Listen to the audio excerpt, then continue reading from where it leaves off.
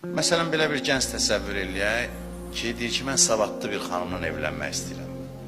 Ali təhsilli xanım olsun. Deyirsən, niyə? Qulaq asın. Deyirsən, niyə? Deyir ki, avam adamla evlənəcəm.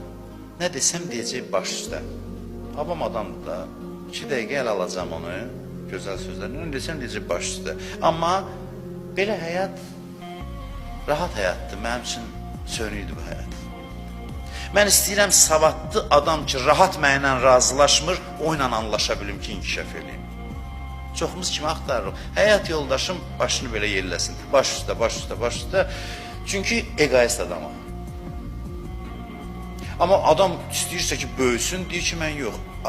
Özünün fikri olan, alternativ düşüncəsi olan, dünya görüşü olan, savadlı bir xanımla evlənmək istəyirəm ki, hər məsələdə fikirlərimiz toqquşsun, amma biz anlaşma yolunu tapaq.